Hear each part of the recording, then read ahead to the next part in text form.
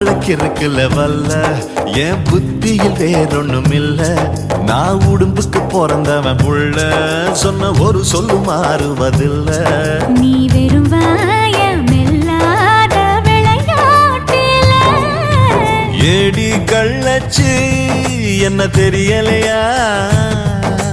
ஓடி வெள்ளச்சு என்ன புரியலையா?